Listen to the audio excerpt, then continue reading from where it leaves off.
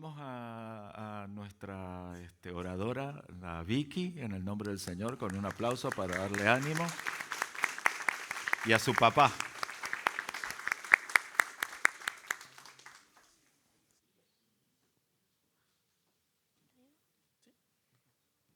Bueno, muchas gracias. Bendiciones a todos. Primeramente, dar gracias a Dios por su palabra. Gracias a Dios porque Él nos da esta palabra que podemos compartir hoy. Y doy gracias a Dios porque Él pone en nosotros el querer hacerlo, ¿no? Porque muchas veces recibimos quizás y no lo entregamos, pero es una lucha por ahí interna, esto de que no lo puedo hacer, de que sí lo puedo hacer. Y doy gracias a Dios por estar acá en este momento. Doy gracias por Victoria porque sé que siempre puedo contar con ella, aunque le cuesta y tiene vergüenza, pero bueno, va a leer el rompehielo. Voy a leer la historia de Mateo y su abuelo. Un día de tormenta, como no podían salir a jugar al patio, el abuelo ayudó a Mateo a construir un hermoso barquito de papel. Lo pintaron de colores brillantes y le pusieron un pequeño mástil. Cuando paró de llover, corrieron a la vereda donde el agua de la lluvia corría con mucha fuerza por la zanja, formando un verdadero río correntoso. Mateo apoyó su barquito en el agua con cuidado. El barco empezó a flotar con elegancia, pero la corriente era tan fuerte que comenzó a arrastrarlo a toda velocidad hacia una alcantarilla oscura. Mateo, asustado de perder su juguete, corrió al lado del barco y usando una ramita intentaba frenarlo. Hacía una guerra defensiva. Ponía la ramita adelante del barco para detenerlo, pero la presión del agua era tanta que el barco se golpeaba contra los bordes y corría el riesgo de hundirse o romperse. Mateo, casi llorando, miró a su abuelo y le dijo: «Abuelo, no puedo pararlo. Si sigo intentando frenarlo, el agua lo va a destruir o se lo va a tragar la alcantarilla». El abuelo, con la sabiduría de los años, se agachó, le tomó la mano y le dijo algo que cambió la estrategia del niño.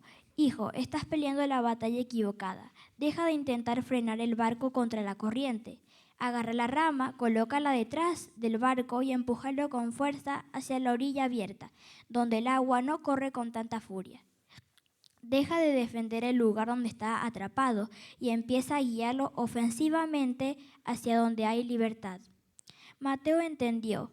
En lugar de resistir el empuje del río, metió la rama por detrás, tomó el control del rumbo y con un movimiento firme y ofensivo, impulsó el barquito fuera de la corriente peligrosa, rescatándolo sano y salvo. Amén.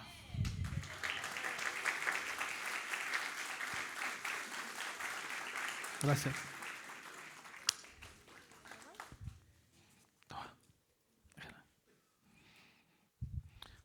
Bueno, gracias por ayudarme con este rompehielo. Y yo quiero hacer una oración antes de empezar con la palabra. Señor, en el nombre de Jesús, en este momento, pongo esta palabra delante de ti, Señor. Pongo esto que vamos a hablar en esta mañana. Te pido, Señor, que tú abras los corazones, abras la mente, papá, y que podamos entender esto, Señor, y llevarlo a nuestra vida diaria, Padre. Bendigo a cada uno de los hermanos, Señor, que dispuso de su tiempo para venir en esta mañana, Señor. Y te pedimos, Señor, que aprovechemos este tiempo, que aprovechemos esta oportunidad, Señor, de estar aquí, Padre. En el nombre de Jesús te damos gracias. Amén.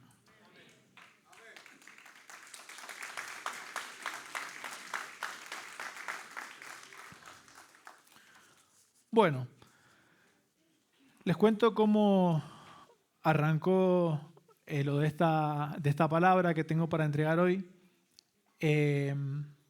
¿Se acuerdan que hace un par de domingos atrás se habló de la batalla defensiva y la batalla ofensiva?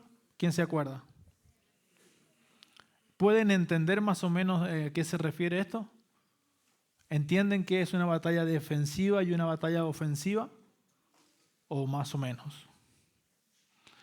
Bueno, yo me hice la misma pregunta. No entendía bien. Entonces digo, Señor, yo quiero entender esto. Y empecé a orar y empecé a buscar. Y sabe que me cuesta orar, yo creo que quizás a todos. Y en las mañanas me quedaba ahí en mi casa dejaba a Victoria en la escuela y me venía, y eran las 7:30, estaba frío, estaba oscuro, y la cama estaba calentita, y había días que me volvía a acostar, un rato más, media hora, un ratito. Y dije yo, no, esto no va a cambiar así, yo tengo que hacer un acto, tengo que hacer algo para que, si yo quiero que realmente Dios me hable, tengo que hacer algo, tiene que haber un cambio de actitud acá. Y en vez de acostarme me ponía a orar. Entonces esa hora empecé a orar. Oraba y le pedía a Dios esto. Y le decía la verdad, Señor, mi cuerpo no quiere orar. Mi cuerpo quiere irse a dormir. No tengo ganas, mi cuerpo no quiere hacer esto. Pero yo pongo mi cuerpo en sacrificio. Y me pongo a orar. Y me ponía a orar y estuve orando un rato, alabando, me arrodillo y me quedo en silencio. Y se me viene a la cabeza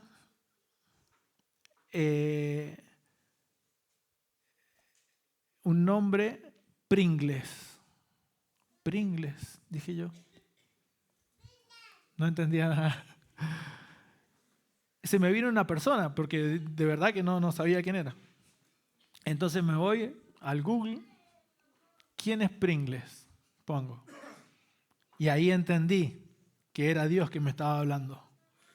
Y yo le quiero contar, a través de esta enseñanza, la historia de Pringles.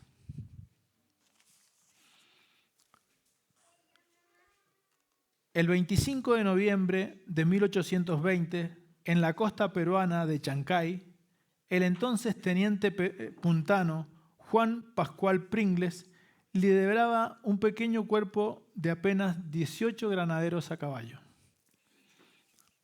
De repente, se vieron sorprendidos, cortados y rodeados por una fuerza realista que los superaba masivamente en número. Más de 60 jinetes veteranos cerrándole el paso. Geográficamente, la posición de Pringles era desesperante. Por un lado, una pared de jinetes armados. Por el otro, el inmenso profundo océano Pacífico. No había trinchera que resistiera. No había dónde esconderse. Quedarse quietos a la defensiva significaba la masacre o la rendición incondicional. Acá hay una situación. Si lo vemos a simple vista, era casi imposible mantener esa trinchera, mantener esa defensa contra este ejército, ¿no? Lo superaban por mucho. Si sacamos la cuenta, eran 3 veces más. Y muchas veces, en nuestra vida cristiana, nos encontramos en esa posición. Oramos, hacemos una batalla defensiva, pero sentimos que no alcanza.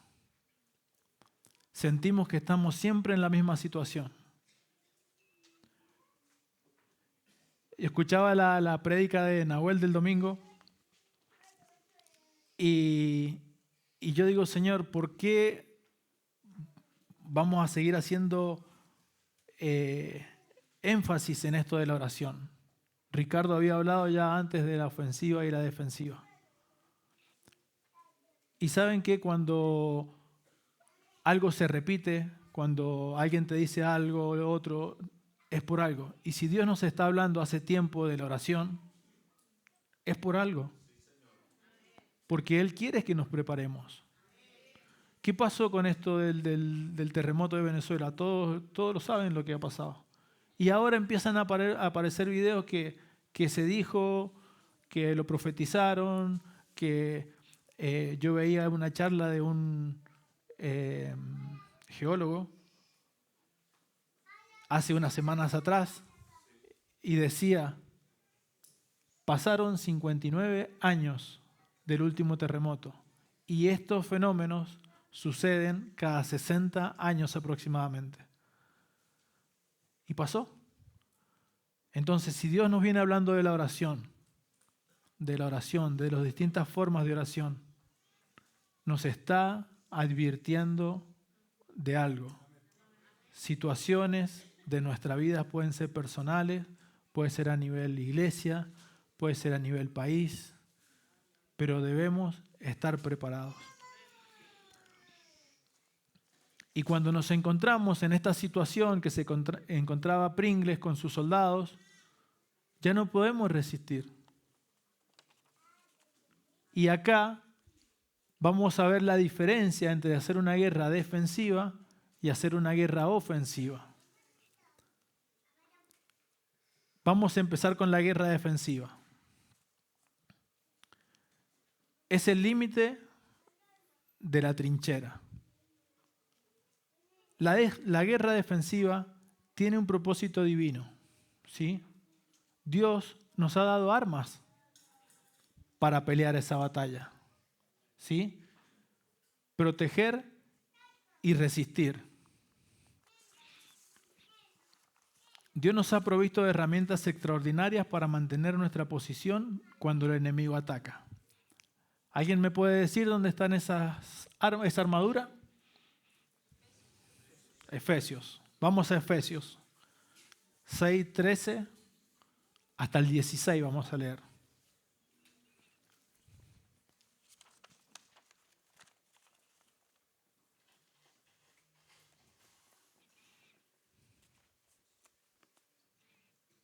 ¿Llegaron? ¿Están en la pantalla?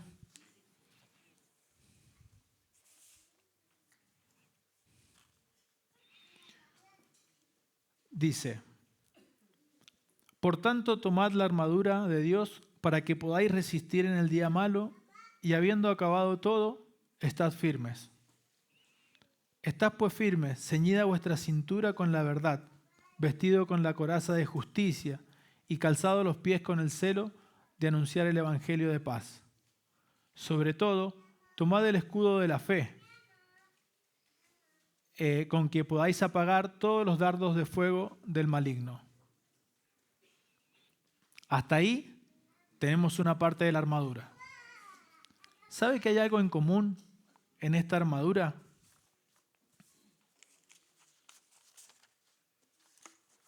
Que es muy importante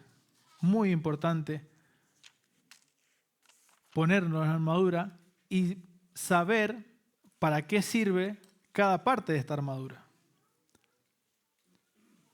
Tenga en cuenta que en la guerra defensiva tiene un objetivo: mantener la posición, proteger la mente de las emociones y resistir los ataques directos sin retroceder. Ese es el objetivo de una guerra defensiva. Pero miren qué importante esto. Dicen que el cinturón de la verdad protege. La coraza de justicia protege. El calzado de la paz da estabilidad. El escudo de la fe apaga los dardos del maligno. Y el casco de salvación protege. Es una armadura que debemos aprender a usarla, pero ¿usted sabía que es una armadura pasiva? Es para una guerra pasiva. ¿Qué quiere decir? Que es una armadura para mantener la posición. De aquí no me muevo. Pueden venir dardos, pueden venir situaciones, y de aquí no me voy a mover, porque Dios me da estas herramientas para poder resistir. Pero esto tiene una desventaja. Va a decir, pero ¿y por qué? ¿La armadura que Dios nos da tiene una desventaja? Sí, tiene una desventaja. Debemos saber en qué momento cambiar esa estrategia.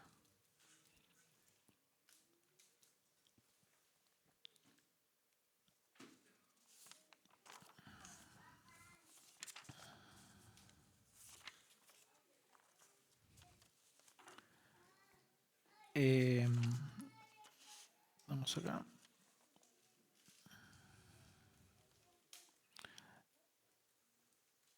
Una de las desventajas, ¿sí?, de esta armadura es el desgaste.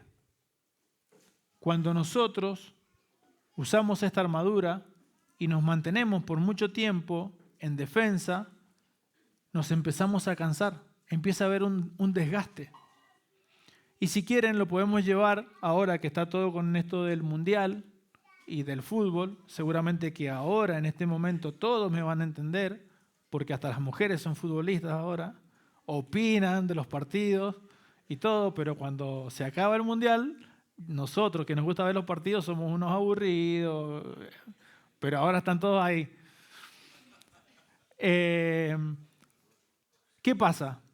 Los partidos son muy estratégicos, porque yo me preparo, depende del rival que tengo.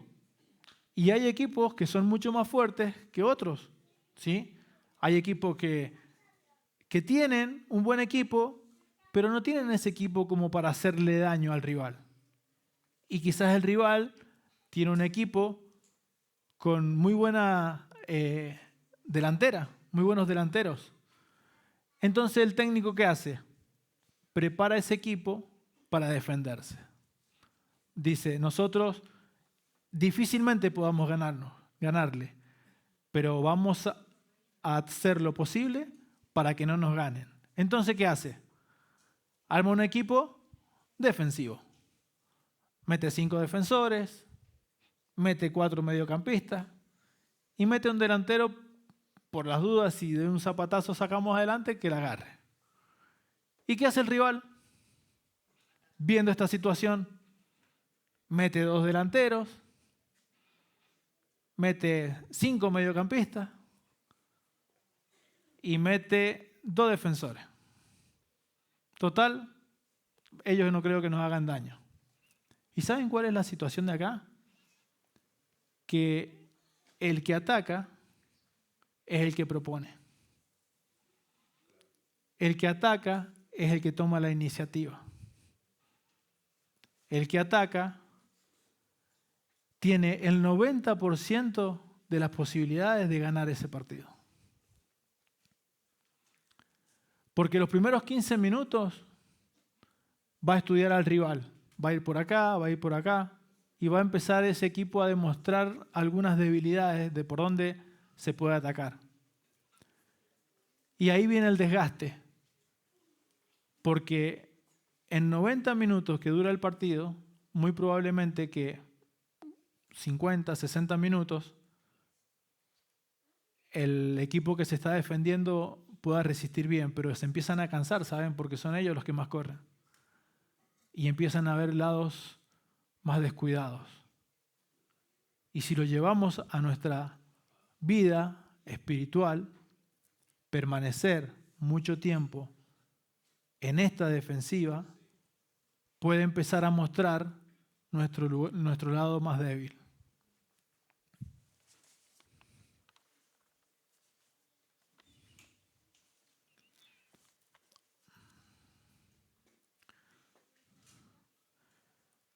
Ahí tenemos una de las desventajas, el desgaste. Otra de las desventajas es el agotamiento mental. Pringles sabía que si se quedaba mucho tiempo esperando aquel ataque y la parte geográfica y la superioridad numérica enemiga lo asfixiaría. Él sabía que por más que estuviese ese ejército a la defensiva, no iba a resistir mucho tiempo.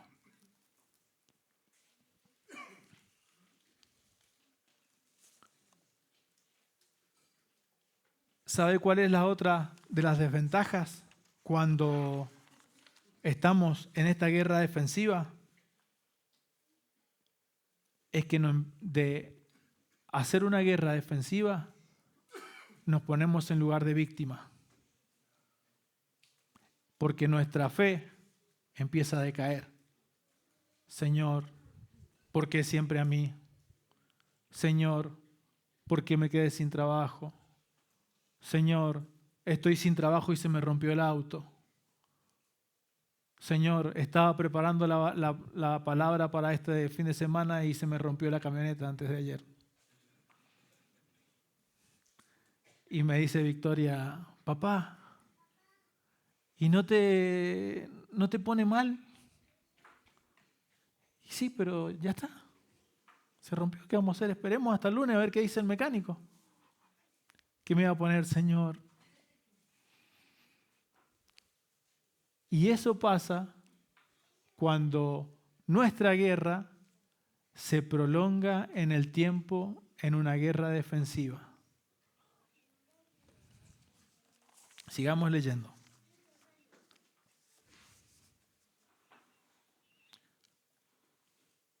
Vamos a la otra escritura. Sí, se me ha hecho un lío con el papel. Este ya está.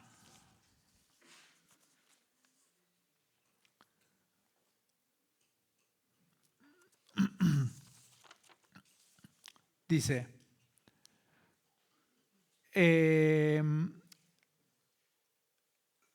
cuando la posición defensiva era insostenible, Pringles tomó una decisión histórica que desconcertó por completo al ejército realista. Ordenó una carga frontal contra el enemigo. Los realistas esperaban una rendición pacífica debido a su abrumadora ventaja. Al ver a Pringles avanzar con fiereza, con pocos hombres, el enemigo perdió la iniciativa psicológica. En plano espiritual, cuando dejamos de lamentarnos por los problemas y empezamos a clamar con autoridad, hacemos retroceder los planes de las tinieblas. Porque ¿saben qué? Él está esperando que nos rindamos. Pero cuando hay un acto sorpresivo que nosotros no estamos acostumbrados a hacer, cuando hay algo que el enemigo no espera de nosotros, puede traer grandes cambios. Y acá empieza la guerra ofensiva. Me salgo de la trinchera, me salgo de esa posición de defensa y empiezo a cambiar mi forma de actuar, de hablar y de orar. Empieza la guerra ofensiva.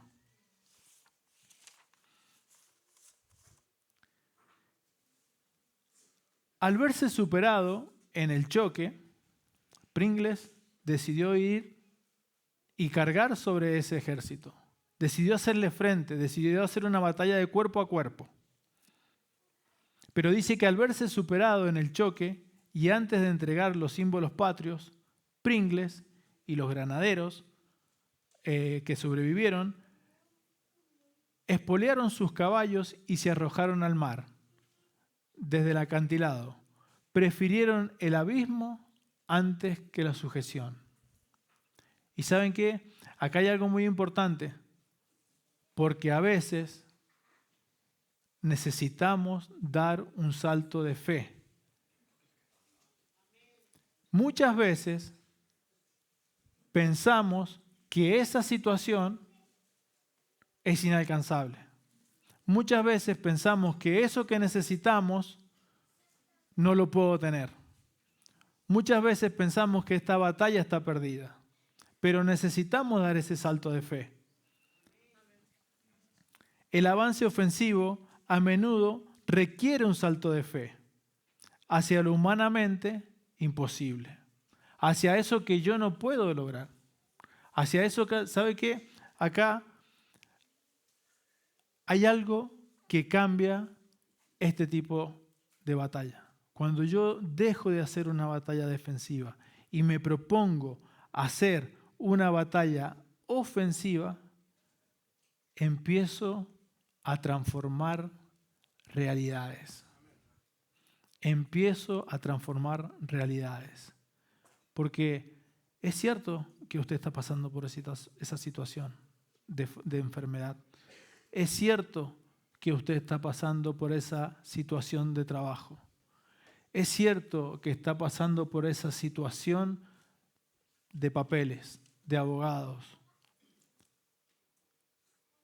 Pero acá, el que tiene que tomar la iniciativa es uno. Porque Dios nos dio esas herramientas para hacerle frente a esta situación. Y ahora vamos a ver una de estas armas. Estamos en Efesios, ahora leamos Efesios, el versículo que nos quedó, 6:17. Tomad el yelmo de la salvación y la espada del Espíritu, que es la palabra de Dios. Una de las armas más poderosas que Dios nos dio para hacer esa batalla ofensiva es la palabra de Dios. ¿Y sabe que esto es la palabra hablada de Dios? Me llamó mucho la atención esto, porque no es solamente esa palabra que está escrita. Esta palabra fue hablada por Dios. ¿Y sabe que la palabra de Dios no tiene tiempo? ¿Cómo se dice eso? Es atemporal. Tiene vigencia cuando se habló, tiene vigencia hasta ahora y va a seguir teniendo vigencia hasta que nos vamos. Es por eso que cuando yo leo la palabra tengo que entender y tengo que creer que esa palabra Dios la está declarando en ese momento para mi vida. Es eso lo que yo tengo que entender. Y cuando yo me doy cuenta de que puedo hacer esa batalla ofensiva, es la única batalla que cambia esa realidad. Porque es cierto que estás pasando esa situación, es cierto que estas cosas te pasan, es cierto que nos pasan estas situaciones cada día. Pero si yo no me despierto y no empiezo a hacer esa batalla ofensiva, mi realidad no va a cambiar. Porque yo solo me estoy defendiendo. Y me estoy defendiendo en una línea muy finita. Porque empiezo a entrar en la queja. Señor, ¿por qué me pasa esto? Señor, ¿por qué Él lo bendices a Él y a mí no? Señor, ¿por qué siempre Él? ¿Y por qué siempre a mí me falta? No puedo hacer esto, no puedo hacer lo otro. Porque la batalla que estamos haciendo no es la correcta. Debemos empezar a creer que Dios nos ha dotado y nos ha dado herramientas para hacer esa batalla que cambia realidades.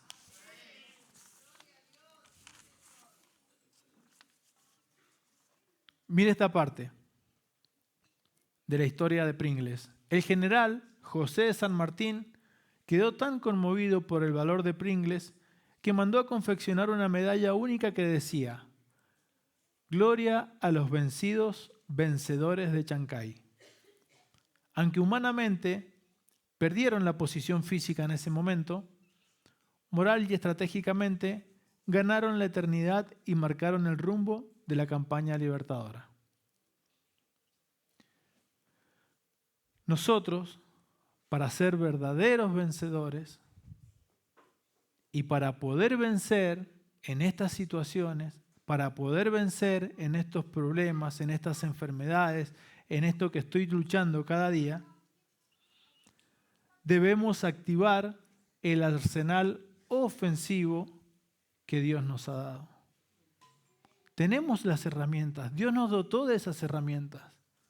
Pongámoslos esa armadura, hagamos la primera parte de esa batalla defensiva, pero entendamos en qué momento nosotros tenemos que pasar de una batalla defensiva a una batalla ofensiva. ¿En qué momento tenemos que atacar? ¿En qué momento tenemos que empezar a cambiar esa realidad que nos está agobiando?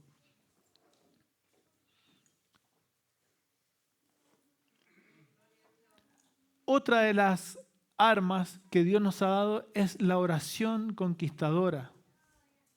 En Efesios 6:18 dice, orad en todo tiempo, con toda oración y súplica en el Espíritu, y velad en ello con toda perseverancia y súplica por todos los santos.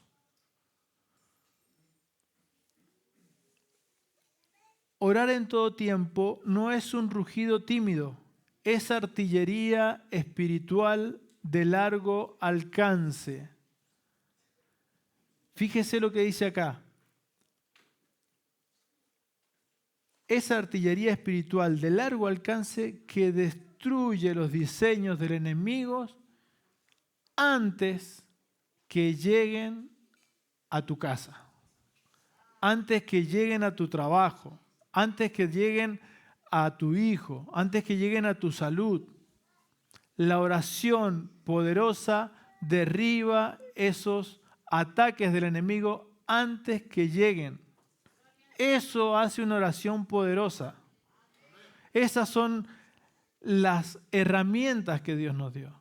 Entonces debemos aprender a usarla.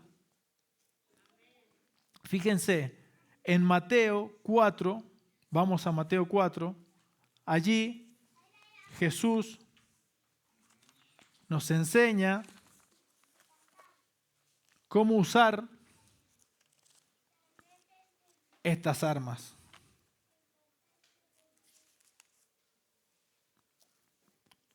Entonces Jesús fue llevado por el Espíritu al desierto para ser tentado por el diablo. Después de haber ayunado 40 días y 40 noches, sintió hambre. Se le acercó el tentador y le dijo, si eres hijo de Dios, di a estas piedras que se conviertan en pan. Y él respondió. ¿Qué respondió? Escrito está. ¿Qué dijo?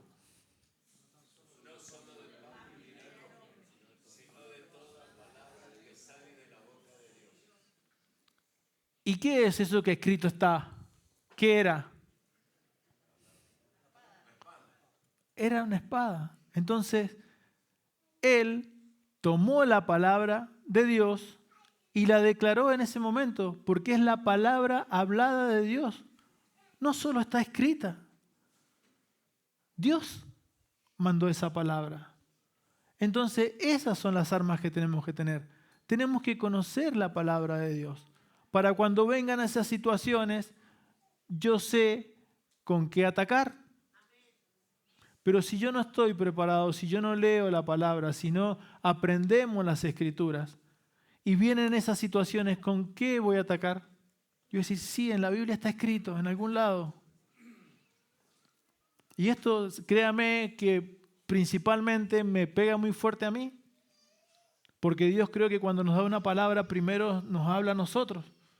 Y nosotros debemos, en este caso yo, debo empezar a hacer esta batalla. Y no le bastó con eso, siguió. Y él le respondió, escrito está, bueno, acá lo leyeron ustedes, y en el 5 dice, y el diablo lo llevó a la santa ciudad, lo puso sobre el pináculo del templo, y le dijo, si eres hijo de Dios, tírate abajo, pues escrito está, a sus ángeles mandará cerca de ti, y en sus manos te sostendrán, para que no tropieces con tu pie en piedra. Y acá de vuelta, ¿qué dijo? Escrito está también, no tentarás al Señor tu Dios. Y yo en esta semana tenía un sueño, que he estado con esto de estudiando la palabra y creo que ni se lo he contado a mi señora, pero soñaba que nos robaban. No era mi casa, era otro lugar. Pero estaba en un lugar y por flojera, por no querer hacer las cosas, que muchas veces nos pasa, era como un patio grande y como una casilla rodante. No sé por qué en el sueño estaba mi tío Chicho, que lo veo por ahí, y para colmo él me había prestado esas herramientas. Y por no guardarlas, Dije yo, si nunca pasa nada, dejémoslas ahí. Y la casilla quedó abierta. Y cuando me levanto, no había nada. No estaban las herramientas. Yo dije, la casilla. Cuando abro la casilla estaba pelada. Y yo en esto de que estaba estudiando la palabra digo, Señor, ¿qué tiene que ver esto? Y tiene que ver mucho. Porque cuando descuidamos lo que Dios nos da, cuando descuidamos nuestro trabajo, cuando descuidamos nuestra familia, cuando no hacemos esta batalla que tenemos que hacer, es como si dejáramos todo descuidado, todo afuera. Y sabe que Satanás no tiene que hacer, o el ladrón, no tiene que hacer ningún esfuerzo. Pasa y se lo lleva. Está ahí. Pero si nunca me lo habían robado, pero si nunca pasaba nada, pero si siempre estaba bien. Y otra de las cosas que me llamó la atención de esto es porque los tiempos cambiaron. Los tiempos están cambiando. Ya no me puedo mantener con una simple oración. Necesito hacer la batalla. Necesito transformar esas realidades. Y eso se transforma con una batalla ofensiva, cambiando la forma, cambiando la estrategia.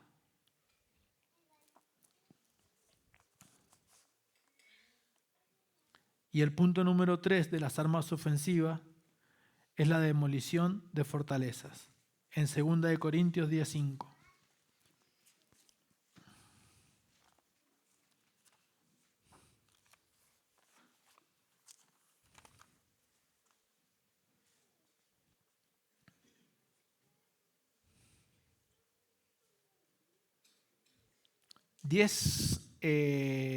Cuatro podemos leer. Porque las armas de nuestra milicia no son carnales, sino poderosas en Dios para la destrucción de fortalezas, derribando argumentos y toda altivez que se levanta contra el conocimiento de Dios y llevando cautivo todo pensamiento a la obediencia de Cristo. ¿Saben acá a qué se refiere cuando dice milicia? ¿Alguien me puede decir? Sin el S, que no me conteste el S. ¿Sabes ese qué significa? ¿No? Pensé que lo sabía. ¿Alguien me puede decir a qué se refiere acá cuando dice que nuestras armas no son, porque las armas de nuestra milicia no son carnales? Noel.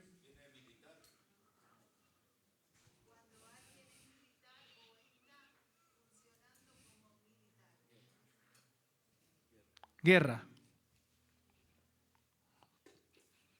Bueno, yo más o menos lo intuía, pero no lo sabía bien y lo busqué. Fíjense en qué importante que está esto.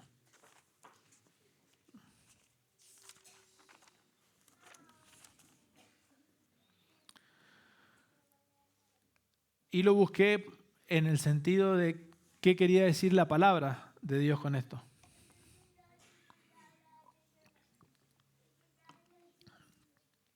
Dice que milicia ilustra la vida del creyente en un combate espiritual. Fíjese qué importante. Activo, constante y organizado. No es esa batalla que hacía yo día cuando me quería acostar me acostaba y cuando quería me ponía a orar. No, dice que es activo, que es constante, es todo el tiempo y es organizado. Y esto, los militares, que se refiere a esta parte militar, para ser soldados necesitan una estructura. Primero, para ser soldados, dice que necesitan sujeción a la autoridad, disciplina y entrenamiento, uniformidad y armamento. Y esto es lo que necesitamos. Esto es lo que necesitamos. Necesitamos entrenarnos. Victoria siempre me pregunta, papá, ¿cómo puede hacer eso un bailarín? Y porque se ejercita, porque practica. ¿Y cómo puede hacer eso? ¿Y cómo puede hacer lo otro? Porque practica. ¿Cómo podemos hacer esta guerra espiritual ofensiva? Practicando, orando, buscando. ¿Saben qué? Una de las células, creo que en 2 células que he visitado, yo les decía, aprendamos a usar la tecnología a nuestro favor, porque no es mala si la usamos como corresponde. Entonces, si hay cosas que yo no entiendo de la palabra, googléelo. Si usted dice, ¿cómo puedo hacer una batalla con esta situación? Le va a dar escrituras. Y ahí usted puede ir, leerlas y empezar a practicar. Podemos utilizarla.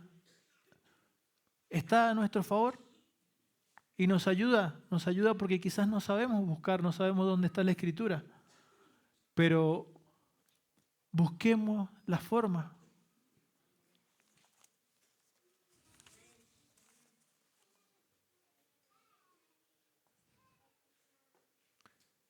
Y para cerrar, una de las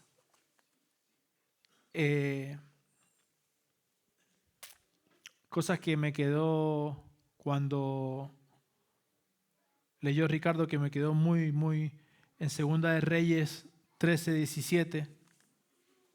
Leámoslo, así cerramos con esto.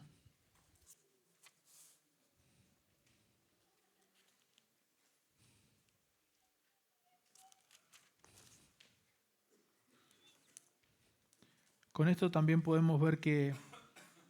¿Alguien tiene la fecha por ahí de cuándo dio la palabra esta, Ricardo? ¿De la batalla defensiva y ofensiva? ¿Será un mes? Un mes, sí, yo más o menos calculaba, porque yo la tengo anotada, pero justo no puse la fecha en ese.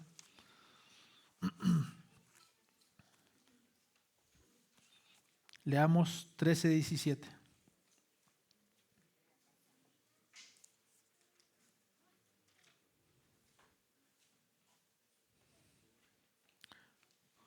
Leamos del 14, para que recordemos la historia. ¿Cuándo? 7 de junio, casi un mes. Estaba Eliseo enfermo de la enfermedad que lo llevaría a la muerte, cuando descendió a verlo Joás, el rey de Israel, y llorando delante de él dijo, Padre mío, carro de Israel y su caballería. Eliseo dijo, toma un arco y unas flechas. Tomó él entonces un arco y unas flechas. Luego dijo Eliseo al rey de Israel, pon tu mano sobre el arco. Y puso él su mano sobre el arco. Entonces puso Eliseo sus manos sobre las manos del rey y dijo, abre la ventana.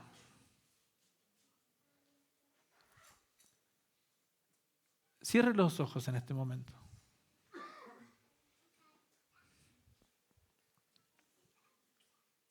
Abra la ventana. Focalice esa situación. Focalice ese problema. Eso que me está agobiando hace tiempo. Eso que la batalla defensiva ya no resiste. Que he orado y orado y ya no va más. La situación ya no va más.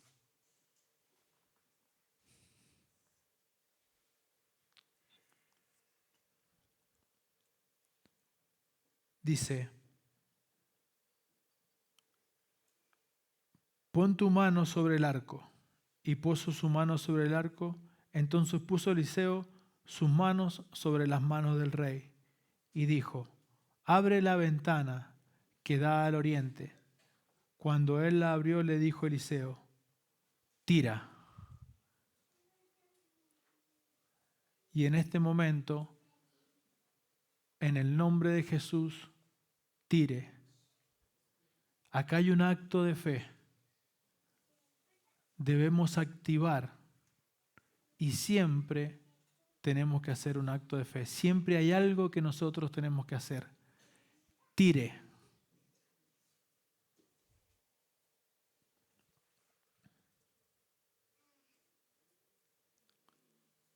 Y cuando lo abrió Eliseo dijo, tirá. Y lo hizo, y Eliseo dijo, flecha de salvación de Jehová y flecha de salvación contra Siria. Tú herirás a los sirios en Afec hasta exterminarlos. Y sabe que Dios quiere exterminar, sabe que Dios quiere acabar con esa situación. Dios quiere terminar con esa situación. Dios quiere terminar con ese problema. Dios quiere cambiar esa realidad. Pero somos nosotros que tenemos que tomar la iniciativa. Somos nosotros que tenemos que cambiar esa forma de hacer la batalla.